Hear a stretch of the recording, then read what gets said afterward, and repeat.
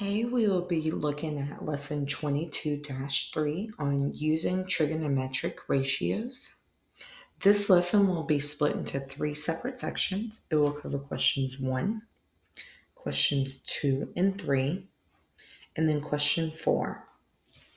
Let's go ahead and take a look at question number 1. Question number 1 says, for each of the following triangles, determine the ratios requested. Then use a scientific or graphing calculator to evaluate each trig function to the nearest thousandth and solve each equation for y. Round final answers to the nearest tenth.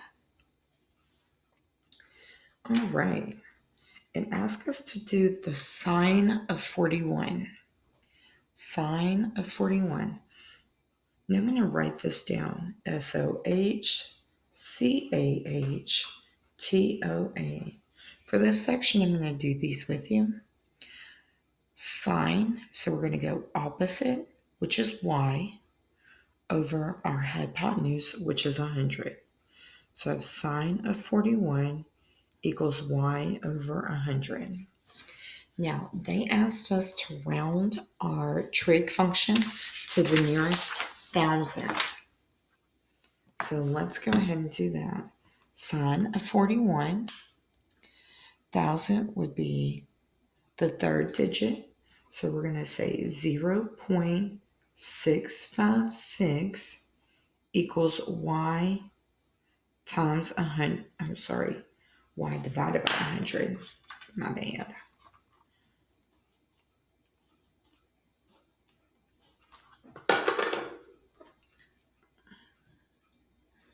Should say y over 100.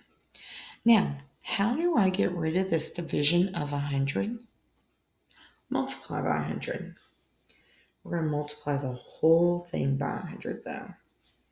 So 0.656 times 100 is 65.6 equals y. 65.6. Did I round that to the nearest tenth? Well, it came out to a tenth. So round to the thousandth, then round to the tenths. Keep that in mind when you do this. I'm going to give you about 2 minutes to work through B. 2 minutes to work through B. Recall that this time you're looking for the cosine and not the sine. Go ahead and pause your videos now. All right, I have worked through B. B, I had 18 over y because remember this time it was adjacent over hypotenuse. The approximation of the cosine of 28, I got to be 0.883.